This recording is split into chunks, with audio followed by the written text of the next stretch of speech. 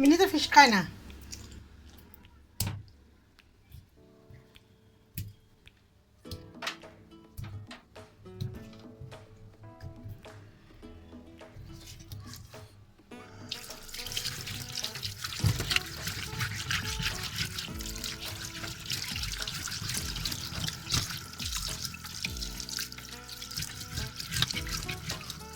এভাবে সবগুলা পরিষ্কার করে নেব, একদম সাদা দবদবে হয়ে যাবে।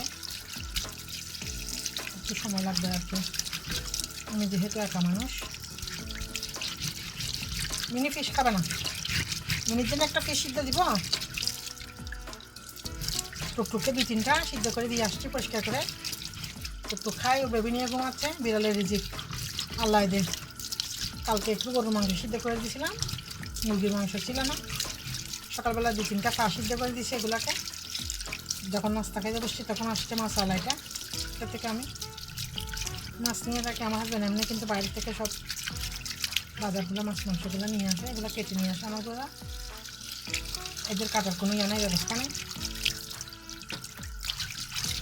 বিড়ালগুলোকে মাছ সিদ্ধ করে যাওয়ার খাই এত খুশি হয়েছে, সবগুলো আমার পায়ের কাছে বসেছিল।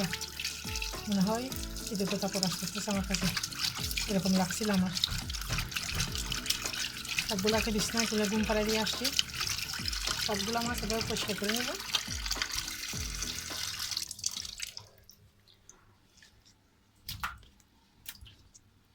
মোবাইলের গোটাটা এটা ভেঙে এমন গুড়ি গুড়ি হয়েছে, হাতের মধ্যে লাগতেছে।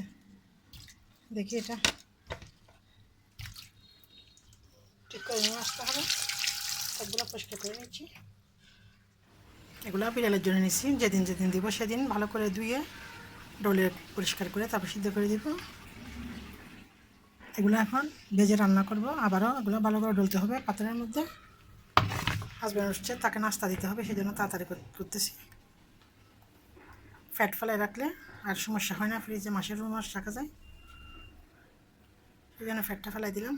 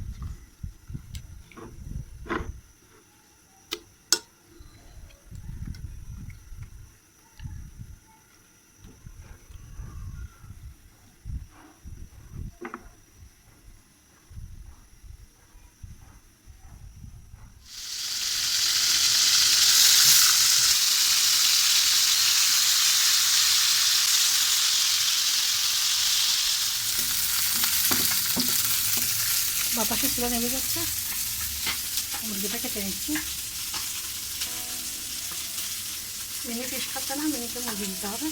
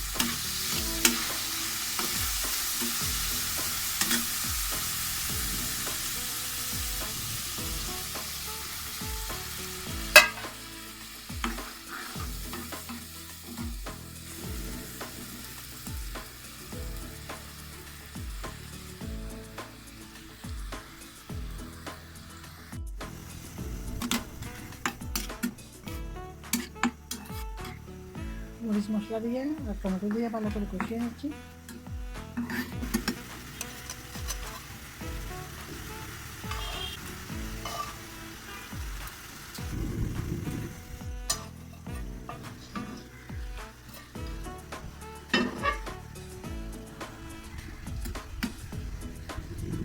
পিঠ ভালো করে হয়ে গেলে তারপর আবারও উল্টে দিব। হয়ে গেল এই দুটো পিঠ উল্টা পাল্টে রান্না করে নিয়েছি। 2 মিনিট রেখে চুলা বন্ধ করে দেবো। হয়ে গেল দুপুরে রান্না। ভাত আগে রান্না করে নিলাম।